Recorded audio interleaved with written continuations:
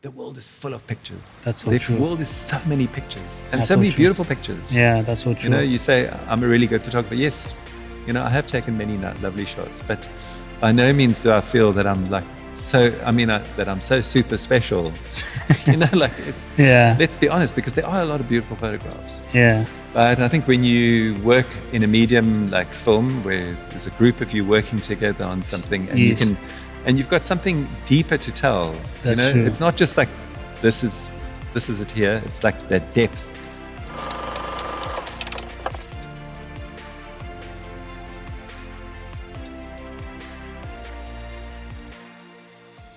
Hey, what's up, guys? Welcome to another episode of our podcast.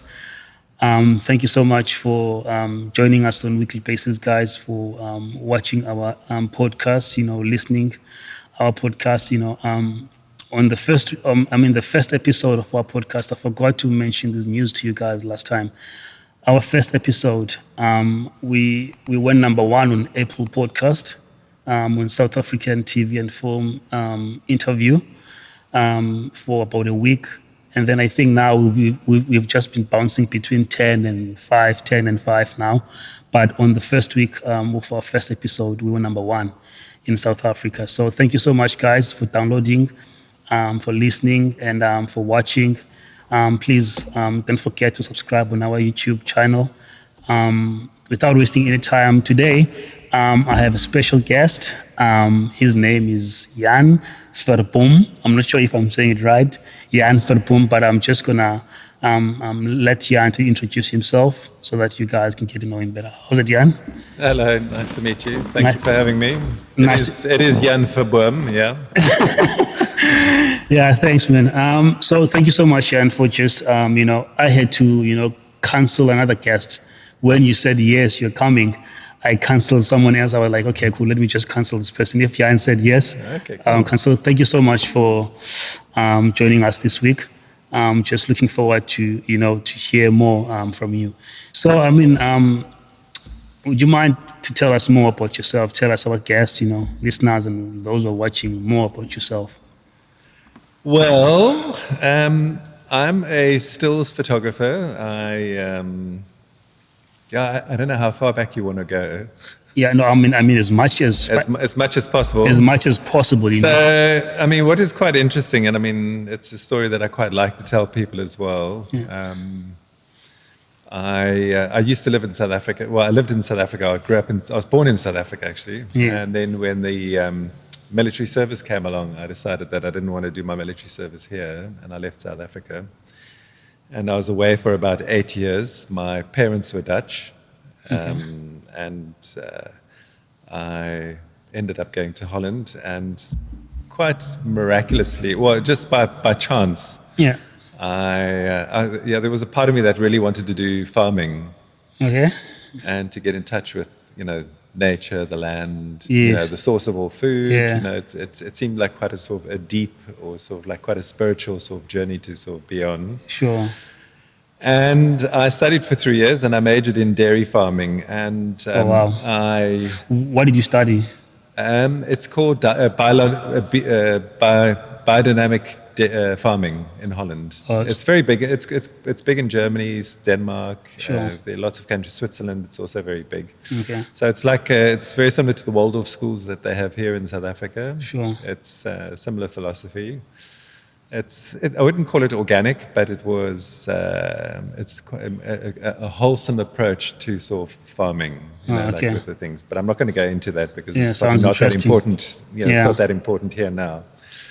Anyway, the part that that I want to tell you about is that my ex-girlfriend lived very close to the German border, and we decided I had like a little bit of money, and we decided to do a trip together. Sure. To drive from Holland down to Cape Town in a VW bus. Really?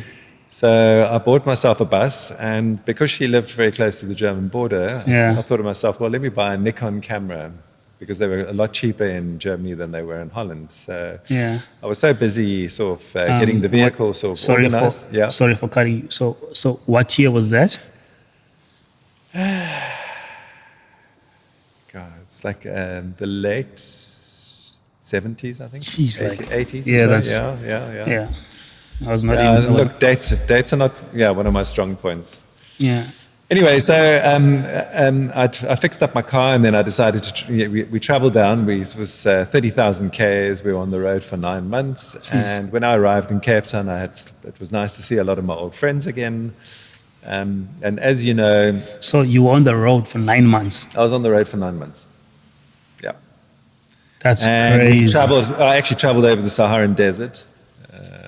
That's It was quite wild. I mean, That's we saw lots insane. of cars that had broken down, and we had some very interesting stories, which I'm not going to bore you with now, but there were some quite interesting stories Sure. that happened. Yeah. So I arrived in Cape Town, and I only had 14 rolls of film. And I don't know if you know much about film Yeah. cameras, but there was a maximum of 36 images per roll. So you can imagine that, let's say, times 40, 14 times 40 images. That's all I had Jeez, for 9 like- months. So I arrived in Cape Town, had the stuff processed. I shot slide film. Now, slide film by nature, there's only one correct exposure. If it's too dark, it's too dark, and if it's too light, it's too light. So- And you can't actually change it. So for those who don't know what is light for, what is light for? So slide film is a positive, so you can actually look at the picture, and it looks like a photograph. Okay. So it's the way you see it. Sure. So in black and white photography, you shoot with negative film, then you put it in an enlarger, and then you invert the image, and then it becomes positive. Sure. And then you see it the way you see it normally. Yeah. So with slide film, it is what it is. And I processed the stuff, and then I started giving slideshows. You know, people wanted to see my pictures, and we'd have an evening, and then people would say, "Geez, you got such a good eye. You know, have you ever thought of being a photographer?"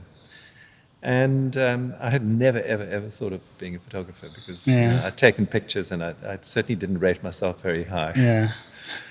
Anyway, so what happened was I had a friend who,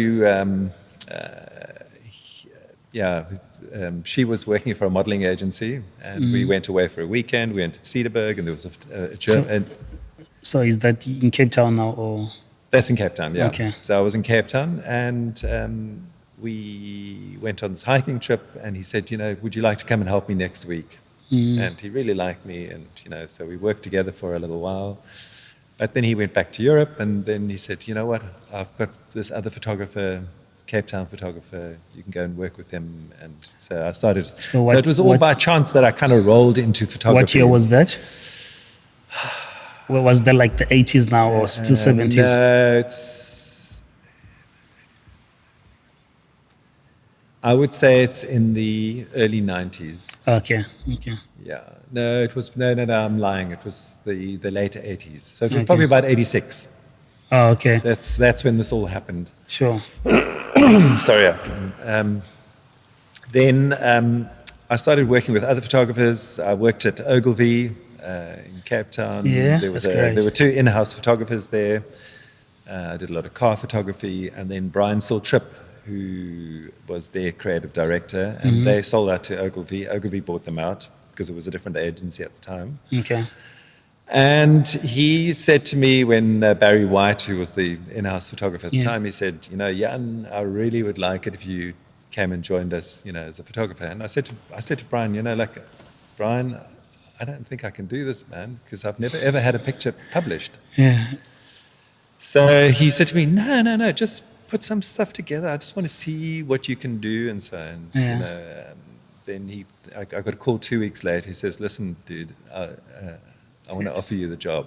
That's amazing. And on one condition, that we use one of your images for a VW campaign. Oh, wow. And we're going to pay you for it. So I thought, wow, that's really amazing. I've never been paid for any of my images. So just a quick question. So when you arrived in Cape Town, did you do anything apart, because obviously you were not doing photography for a living. What were you doing, or were you just exploring or whatever? I was working with other photographers. Okay. So my father was a creative. He was an artist. He was a Sure. painter and a sculptor. So I kind of grew up I grew up in a creative environment. That You know makes what I mean? sense. So it wasn't like totally alien to me. Sure, that makes sense. And we had friends who also worked in ad agencies. Like my parents' friends. So Yeah. it wasn't that obscure. Yeah, that makes sense.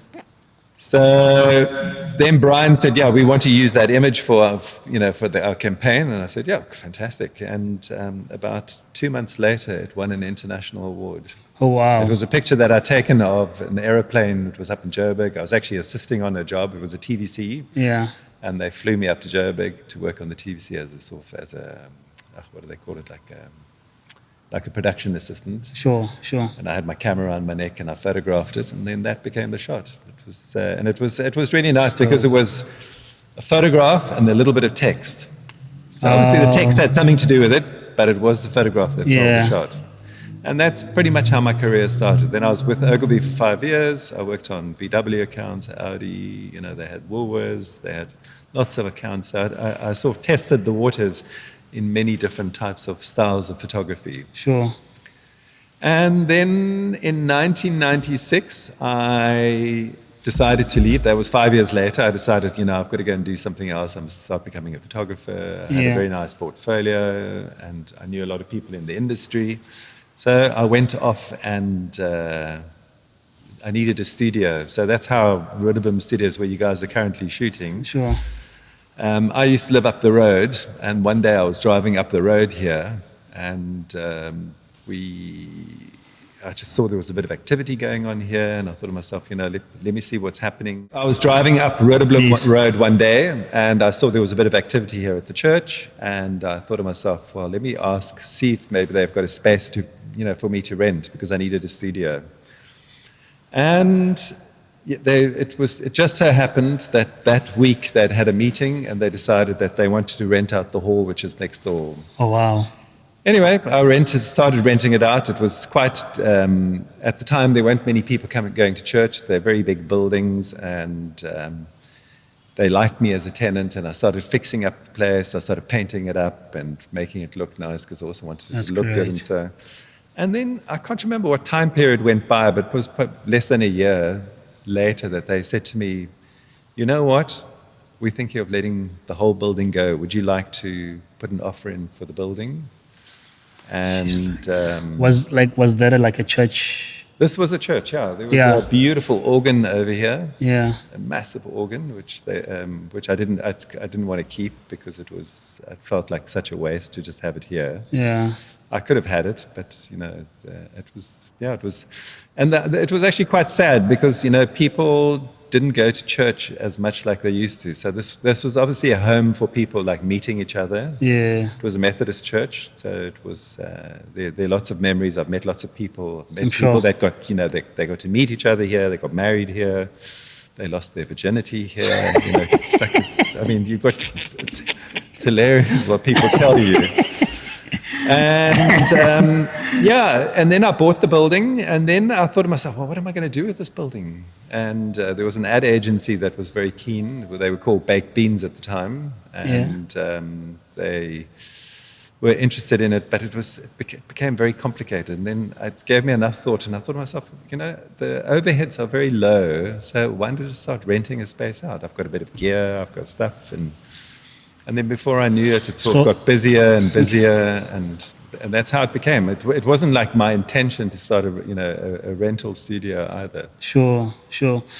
So within like your 5 years period at Ogilvy, so obviously you were investing in equipment and stuff like that, right? So by the time you finished, and then you had like some equipment that you can start over with, like in terms of rentals and stuff like that. Yeah. So by the time you got the studio, you already had like some equipment, something that you could start with.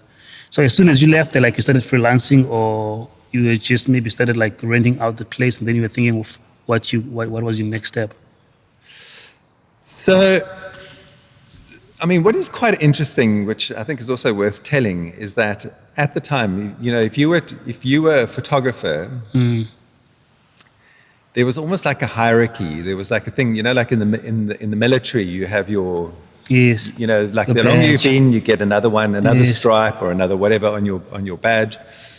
And as a photographer, you had already gear, you had a studio, you had things, and everybody knew it wasn't that easy for an outsider to come into your space. Because, you know, with it came all the extras that were part of it. Exactly, yes. So today, you can be a photographer and you can hire your own gear. You don't actually have to own anything. So that's how the landscape is quite, you know, it has kind of changed. Sure. Which, you know, which I think is quite interesting. Yeah, yeah. You know, you can even get a photographer now a photographer who doesn't know how to do lighting. Sure. And he just gets somebody, a lighting assistant, to come in and work on his campaign. Yeah. I mean, all a photographer needs is to get somebody to, you know, to do the job for. You know, if Exactly. you can convince somebody that you can do the job, Exactly. and you've sort of notch up a couple of nice jobs, you Yeah. can become a photographer, you know. Yeah. So, you know, the scenario has changed a lot in the time that I've been sort of Exactly. shooting. So now you've got the studio, you've got now, okay, cool. So now what's your next step? Like now you need to get like people to work with, or did you start everything on your own and then you... I had some very nice. There was a girl that she's now living in Australia. She was a good friend. She assisted a good photographer in town, and I convinced her to come and join us here. And we kind of set up Roodebloem Studios. It was a very different. Also, when I moved here, we were more like a commune. We were 8 photographers. Jeez.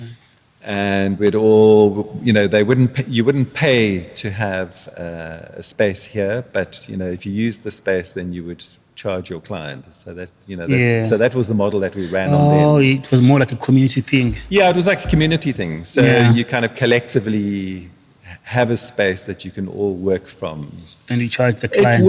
It worked, but eventually it also got, you know, it was, you know, then this one left and then that, and then this one couldn't pay. I had a friend who, I mean, I had a couple of people that, you know, ratcheted up quite a lot of money that they owed me, and I never got paid for it. You know? Jeez, I've got a beautiful set of speakers at home, which one of the guys, you know, left behind for me.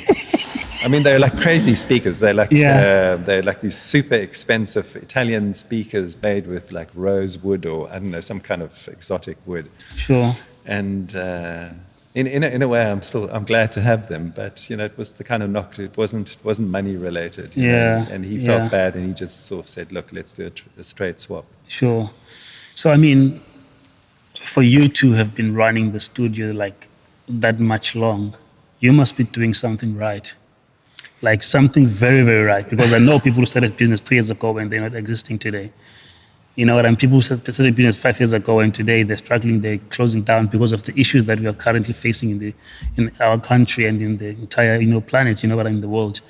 And you are still here surviving and you've got like your employees, you know, everyone is running up and down. It's like, I mean, it's like you're running like a well-oiled machine, as if there's no problem, but there's so many crises happening right now in our country. So how are you keeping everything together since from, you know, then up until now? What is it that you are doing right?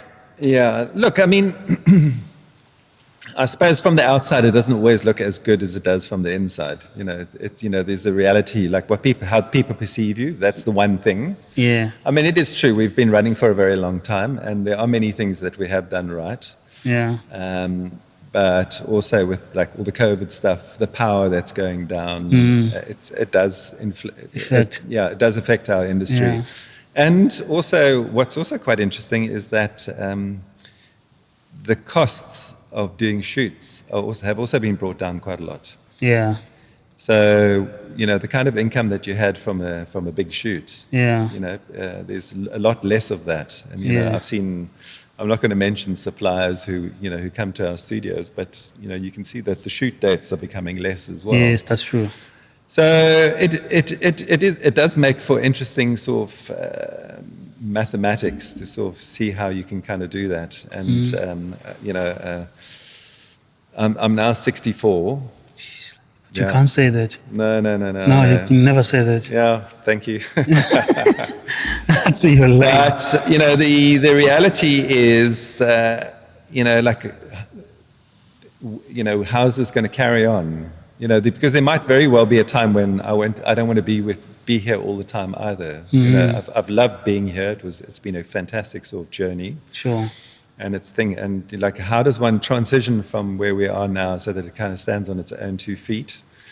And just kind of make it work, Sure. so that it's. I mean, what is really nice? I mean, during lockdown, we had people. All our staff got paid. I believe so. Yeah, and and it was kind of one of my wishes. And I believe so. It was quite amazing to be able to do that. That was going to be my next question. Even though I believe that, because you're running for that much, like that for that long, you must be doing something right, and you know something right. So when you face such times, for the time that you've been running and how well you've been running, you will know what to do. There are so many people who didn't know what to do, lost everything, closed down their businesses. The fact that, you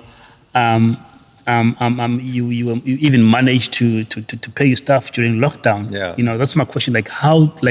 How do you run a successful studio? What qualities do you need to have as a studio owner to run like a successful studio? To know that each and every single month your staff is paid every month. Yeah. Everything, even whether there's work, whether there's less work or much work. How do you do it? Well, look, a lot of it was on gut feel. I'm not like, I am a creative, so it's not like I sit there on a piece of paper and work out like projections and so. Sure. And but there are times right now that I am sort of kind of wondering, the business model's also changed. Yeah. I'm talking with my studio manager about it now, and her one suggestion is to make these big spaces smaller. But I'm also saying, well, so maybe to put it in a different way. So let's say like if you have a client, ex-client, and they're used to shooting, let's say like 4 days a week in our studios. Now suddenly their business is also now said to them they can only do 2 days a week. Yeah. And they must downscale it. And everybody's going smaller. That's true. So I was saying to Marisha the other day that, actually what we need to do is to actually not focus on that client that's going down, is to look at bigger clients that are now moving into this space.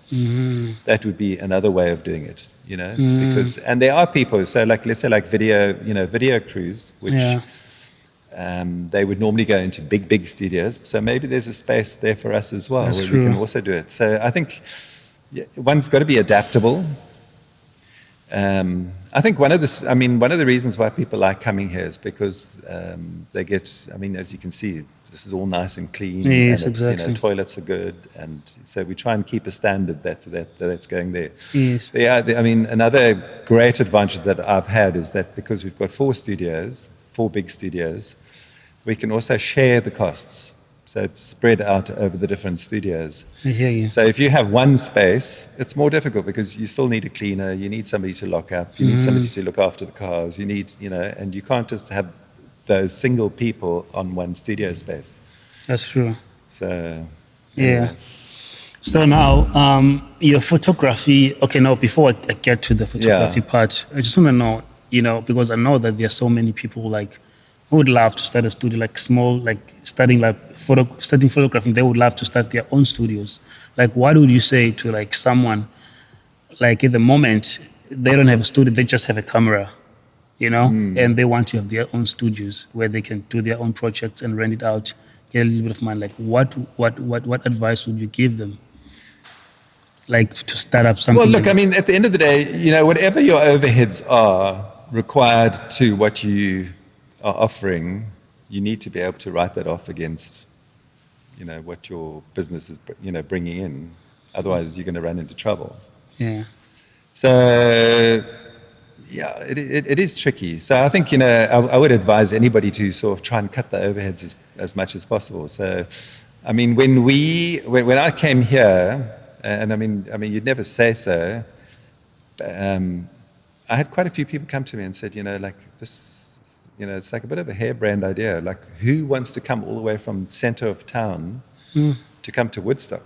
This is like, seriously, just think about this again. Yeah. And I said to myself, well, Woodstock is not that far away, and there will come a time when the costs are so high in town that maybe it works to my benefit. Exactly. And it sure did. Now there are people traveling much further away. So Yeah, exactly. Yeah. Exactly. So the other nice thing about having 4 studios is that if you can't get in on the one studio, people will call us, as a first option because if you can't get that one, maybe you can get that one. Yeah. You know what I mean? So which is also nice. People don't want to like hunt around as well. Sure. You've just got to try and make it as easy as possible. I always use this fantastic example of I say to my children as well. Because everybody says, you can't do it. Like let's say in business. Can't do it, I need money, and I need to make a loan, and there's always like lots of. So I often say, well, okay, let's say we want to start up a good restaurant. Give me a couple of things that would make a good restaurant. So I mean, if I had to ask you, what would you consider a good restaurant? So you'd say delicious food, obviously, great service, a nice location. Nice feel of the place, maybe nice music, and then there are probably more food things that everything feels clean. Yes. And if you were to put all those things, you could say, well, that's what's required for a good restaurant. So once you've identified the things that make up a really good restaurant, and you listen to people, you ask people what it is, like what are the things, like what does it mean by good food? And if you're in agreement with a lot of people, and people like your idea of what is good food, then surely you should have a good restaurant. That means you could go anywhere, and if you can tick off all that list, that list of things that we kind of agreed to, then you should have a good restaurant. Yes, because and I think that's often how business works. And I think people often forget. People make excuses. Why? Let me just put this. Okay. People make excuses for, it's too expensive, I don't have the money, or, like my father didn't have this, or, sometimes you just got to kind of see. Look, going way beyond something and you can't deliver, that's going to be failure. That's true. So maybe downscale your thoughts and be good at what you can do. Yeah. And then you will be okay. You will be good. Yeah, I hear you. So now you've got the studio, you've got equipment, you've got everything. Now you're fully running. And then, so you said that you've got like 8 guys that were working in. So like, how do you attract, customers, like clients? How do you, Look, I mean, I suppose Cape Town's, many people know Roodebloem Studios. It's the market is fairly small. It's not like, and I think also once you've been here, you kind of remember. Yeah. I think there's also a lot of referral trade as well. Yeah. And then we've also used our spaces for events. Yes. I've had people getting married here, because this could still makes a very nice space. So these are also things that I'm looking at, like let's say like towards the future. If let's say like the downscaling of photography, because like even the setup that we've got here now, you could possibly do this. You don't have to be in a big space like this. You could do it in a smaller space. Yes. But if everybody is so conscious of the finances, then I must just sort of shift my way of thinking and thinking, how can I attract business that can use bigger spaces like this? So be that, maybe TVC, film productions, events. There's lots of other things. Could be, people having meetings, or could have even aerobics classes or so. Exactly. You know what I mean? One's just got to like. So you're not boxed into. Yeah, I think the thing is you mustn't be too boxed in as well. Yeah. You've got to kind of flow, and it does change. I mean, even like since COVID with the downscaling, with social media influencers, it's definitely taken a big turn, and I think a lot of the agencies that haven't been able to shift out of that, they kind of lost out. That's so true. That's so true. Yeah. So now, like, getting into your, photography Yes, career, you know, because you've done a lot. You've when you're working for Ogilvy, then you yes, open your own thing, and then obviously, um, some other production would still call you, yeah. and So, what would you say to makes you like the best because your stuff is great? Like the basic things that like a photographer needs. Like the basic thing, like if you say like you want to like this, there's a guy somewhere who wants to start a photograph. Like, what are the basic things that you say? Okay, these are the things that you would need to start off. I think a good knowledge of where you need to go to Yeah, that's true. is critical.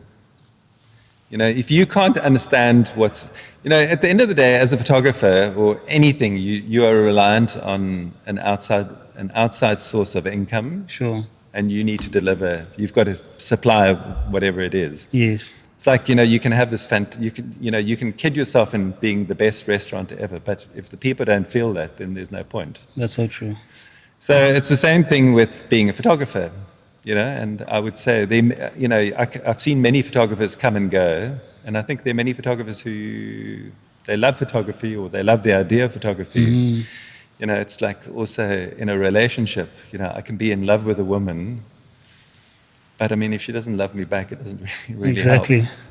You know what I mean? Yeah. So it's that combination of the two of you, or it's a much bigger relationship. Sure. And you've also got to be, if you want to be in a good relationship, you need to work for it. You need to make it work. You need to, That's true. it's got to feel good. It's got to come from both sides. So yeah, I suppose it's the same. It's the same thing with photography. Yeah. So my work has changed quite a lot over the years as well. Because Yeah. I used to shoot cars. I shoot, like lighting, lots of lighting, and over the last couple of years, I shoot a lot on television commercials. Yeah.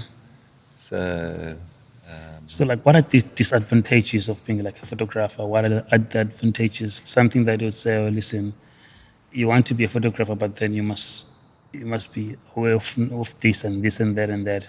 Like the disadvantages of if you want to be like a full-time photographer, someone that wants to be a full-time like Yeah. like yourself. Like, what are the disadvantages that you can say that?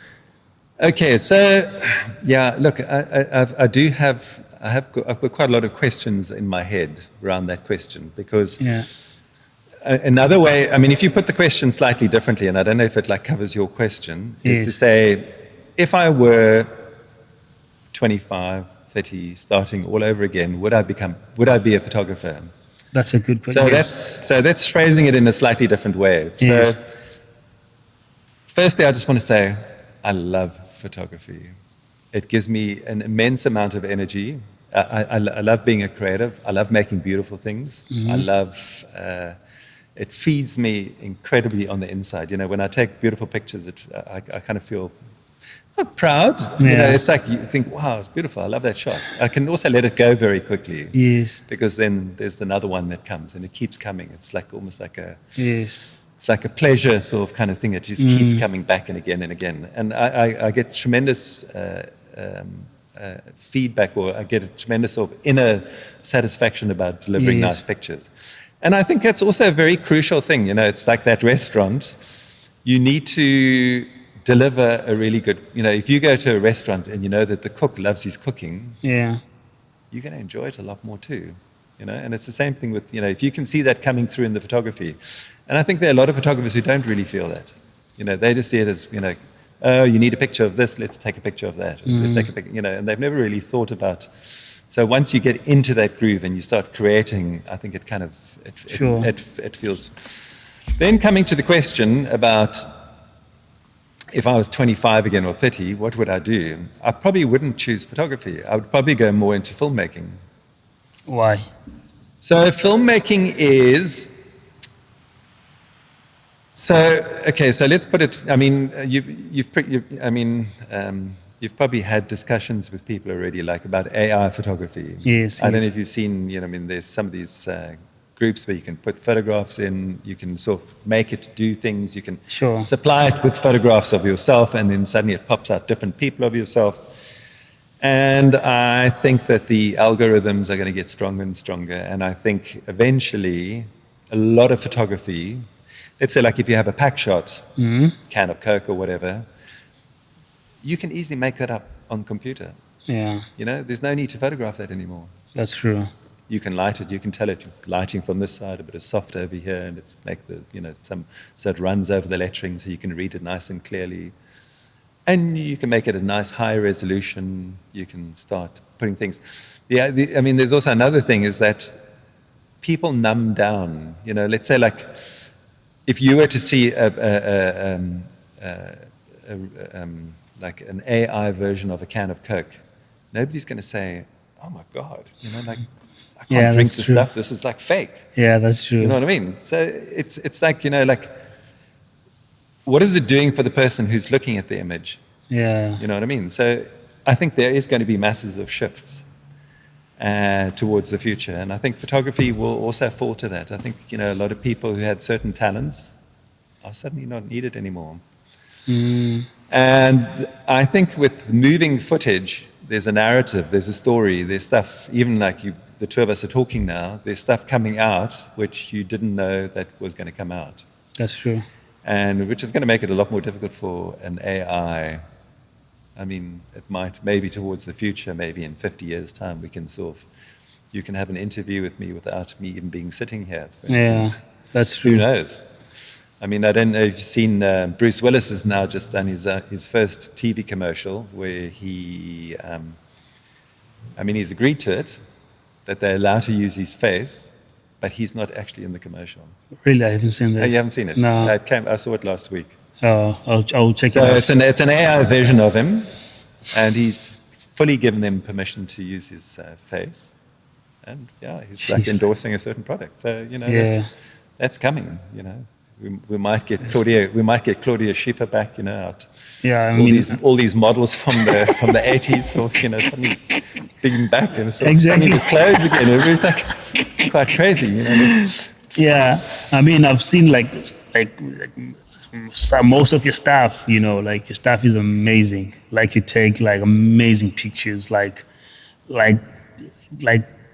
jaw-dropping pictures. I actually worked with you on a job. I was doing production at the time at Ground Glass. We were shooting in Constantia. Uh-huh. I was a production coordinator. That was like years ago at Ground Glass. Yes. And also you also credit me on one of your pictures. Okay, cool. Yeah, That's when you very Google nice. my name, you'll see under, you'll see Ground Glass, whatever, and then you'll see my name. Okay, I'm like, wow. oh, okay. It's like you take, we're shooting, I'm not sure if you remember, shooting in Constantia, like in this big house. It's the house of a guy that I think it does tech, something like that. It's a huge house in Constantia. It was a commission. Can you remember what the commercial was for? Because that would probably help me. I've shot in Constantia quite a few times on. I forgot. Yeah, you've I forgotten. forgot. Yeah, that was like a while ago. Yes. That was a couple of years ago. Yeah. Yeah, when I was still studying up in production. Yeah. Yeah. So you take amazing pictures. Like you were with a lady. I think the lady. It was Tatiana. Tatiana. Yes. She was assistant or something like Yeah, that. I think she put your name on the picture. Oh yes. Put my name. Yeah, in she was very production. good at that. Yeah. It's like take amazing pictures. Like Yeah. So like what makes you that good? Because you are that good. When you talk about photographers like in South Africa, there's no way you will forget the name Jan Verboom. There's no way you can take that name out when you talk about photographers in our country. There's no way that I was telling Kim on our last interview that when you Google like the best directors best directors in Cape Town, I'm sorry, in South Africa, Kim's name pops up. It's the same thing with you. When you Google like best photographers in South Africa, or in Cape Town, your name will pop up.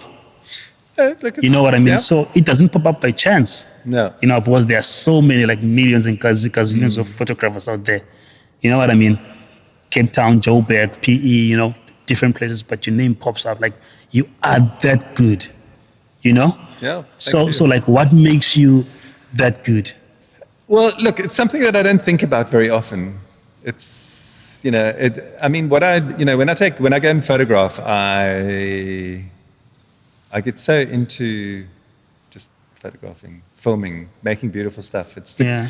It's quite funny. It's almost like, almost like a third sense takes over. Yeah, If I haven't shot for a while, I can feel that I'm like struggling to get into it again. yeah, But then there's a certain point when it takes over, and then it just kind of starts flowing. yeah. And it's like, I suppose, I can't think of anything. It's like, I what mean, are things, like with driving, yes, if you haven't, when you just done your exam, you're still like very conscious about doing this Sure, and sure. feel and like think, but eventually it flows. yes, And photography is like that for me as well. It's like, it's like what I said earlier. It's like if you understand where you want it to go to, Yes. it's going to be so much easier Sure. than not knowing where to go to. yeah, yes. You know. So what I wanted to ask was like, obviously, there's so many, young photographers out there who would love to work with someone like you, like Yeah. as their mentor. Do you usually do stuff like that, mentor people, or I've definitely mentored a lot of people. Yeah. And I've also mentored people who've actually gone off and become photographers or I video believe- makers and stuff believe like so. that. Yeah, yeah. I also like to sort of to make people, allow them to become creative. yes, Because there are blockages that people have, and it's also Sure. nice to be able to sort of allow people to flow. yeah. So when you get a job from a client, right? Mm-hmm. Obviously, you speak the director. You have a brief with the director, whatever. Tell you about whatever that is happening, and then I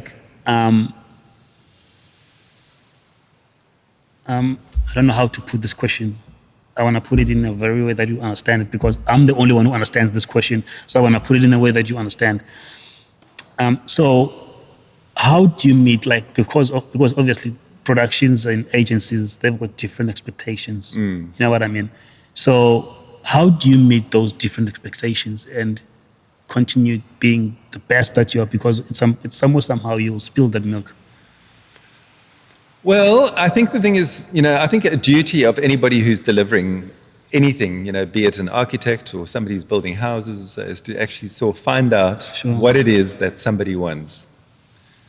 Delivering something that you might think is beautiful is not necessarily what they think is beautiful. That's true. I You love know? that.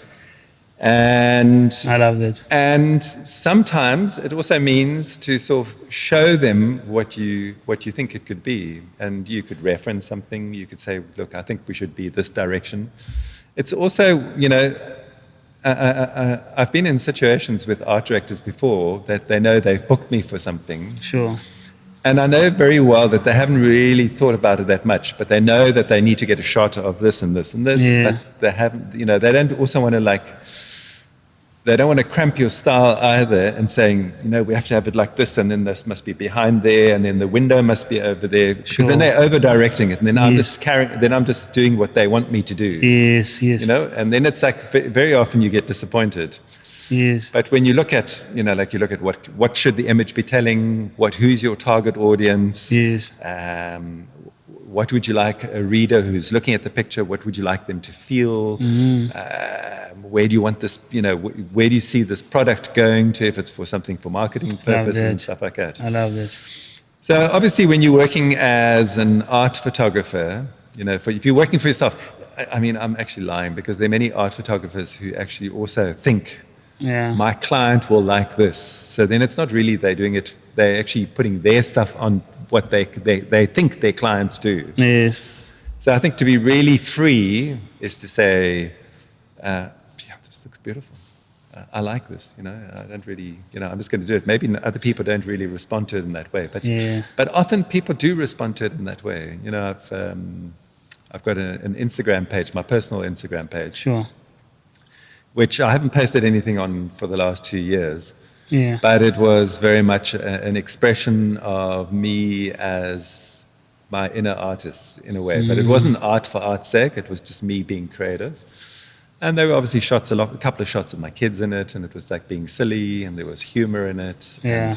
And the more one actually gets more in touch with that, it also becomes easier because then you are you. Yes. It's like, if you like DJing, play the music that you love DJing. Don't Yeah. play the music that you want other people to hear, because then there are always going to be people saying, yeah, have you got this, or have you got Exactly. that, or have you got Not that? everyone's going to be happy. You know what I mean? Nobody's going to be happy. So rather Yeah. just play the stuff that you love playing, and hopefully somebody will resonate and they'll like what you're playing. That's true. So yeah. That's true. So just two questions before we round up this podcast. Like, the difference between stills and behind the scenes. Okay, so stills are for marketing purposes. I love the answer. And it is for a client, and the client has, that's what is, if you know what that product is for, which age group, the kind of thing, who's going to respond to their stuff, you can actually shoot with that stuff in mind. Sure. BTS, or behind the scenes, is you creating what is happening behind the scenes. And sometimes there's a relevance to it as well, because, people love to see what's going on. But it doesn't always necessarily sell a product. Yeah. So which one do you enjoy the most? The stills? I like both. I like both. Look, I suppose I'm trained more for the, for the still shot.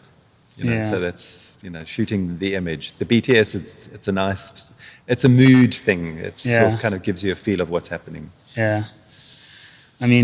So just to finish up, any last words that you would like to say, to the young you, out there, someone maybe is just like in the film school, maybe doing photography, not sure if I should do photography, I should do film,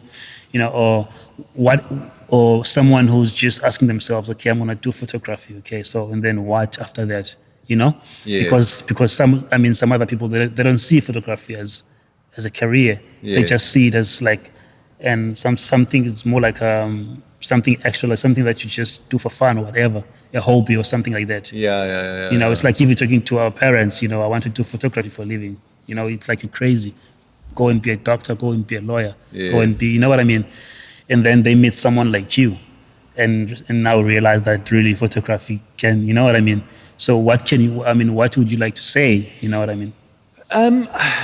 Yeah, I don't know. I think the thing is, look, originality is an important thing. Creativity is an important thing. Sure.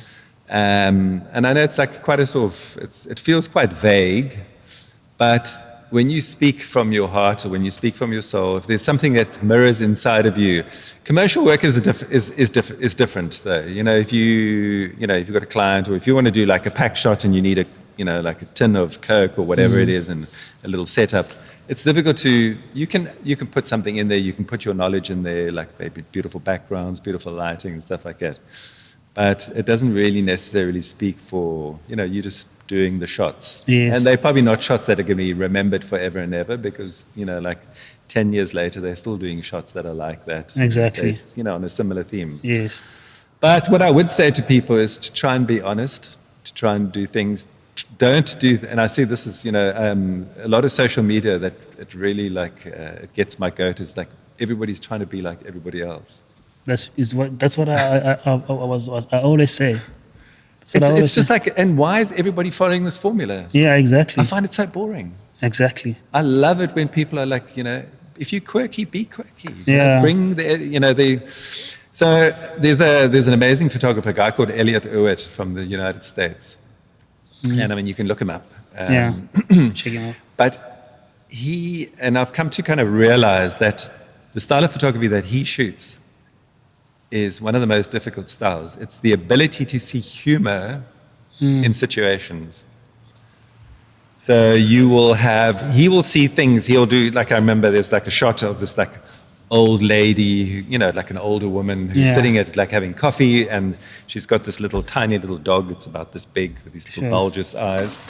And he's gone down and he's taken a photograph of the dog. and the dog's looking at him like that way, and and then there's the shoes, and then the stockings, and then the woolen dress. Sure. And it's funny. Yeah. You know what I mean? It's like seeing something from a different angle that other people wouldn't kind of see. Sure. So it's like try and look for stuff that because those are the fun things to do. Yeah. And I suppose eventually those things will also come easier to you because you're knowing where to look. Exactly. Try and look for truth. I think truth is a nice thing in photography as well. Be truthful. Sure. Just sort of bring in honesty that's in your photography. People like it. People like it when they feel they can kind of see that. Yeah. What other things would I say? The thing what we didn't say too much about just now about the filmmaking side. Yeah.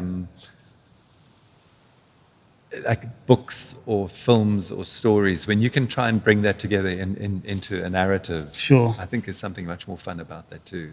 Got you. A photograph is an image. It's a moment that's been cut and it's there, and the world is full of pictures. That's so true. The world is so many pictures and That's so many so true. beautiful pictures. Yeah, that's so true. You say, I'm a really good photographer. Yes, I have taken many lovely shots, but by no means do I feel that I'm that I'm so super special.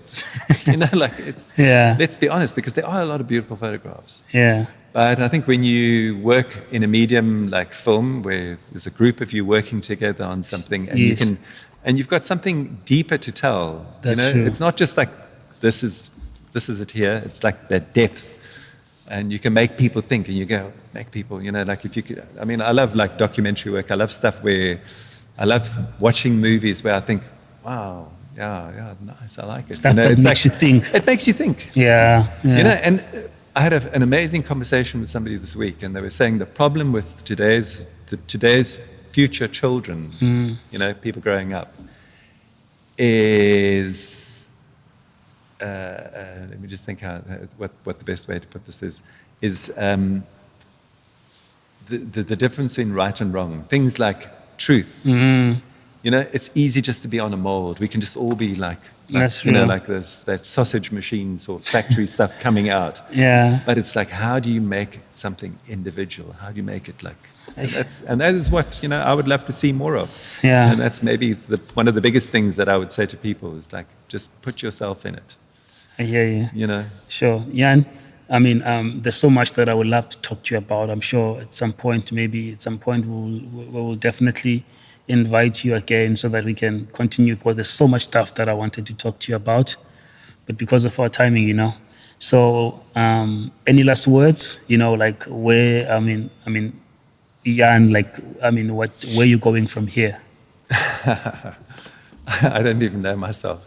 Hopefully, just to better places. I don't know. I'm at a point now where maybe I'm thinking of doing more traveling and going to do more landscapes and do things. Sure. There's also like, and maybe to do more exhibition stuff. Yeah. There's like a yearning inside that feels, because like commercial work, you can go so far, but maybe I need to, like what I said just now, explore. Just to actually make it more me. More you, because we're doing commercial, like someone else's ideas. Yeah, that's true. Yeah, and thank you so much, sir. Appreciate it. Thank you so much for coming through. As I said that, I had to cancel someone to have you today. When Marisha said that you said yes, I was like, let me cancel this. The person will be watching. I'm really, really sorry, but we had to. Well, I'm honored. So and thank you so much. I appreciate it. Thank you. So thank you so much, guys. That was another episode of our podcast. That was Jan Verboom, the legend, photography legend. So honored to have him today. So don't forget, guys, to subscribe on our channel, download our Spotify, Apple Podcast, download and just share. Hope you enjoyed it. Thank you so much again, Jan. Cheers, guys. Cheers,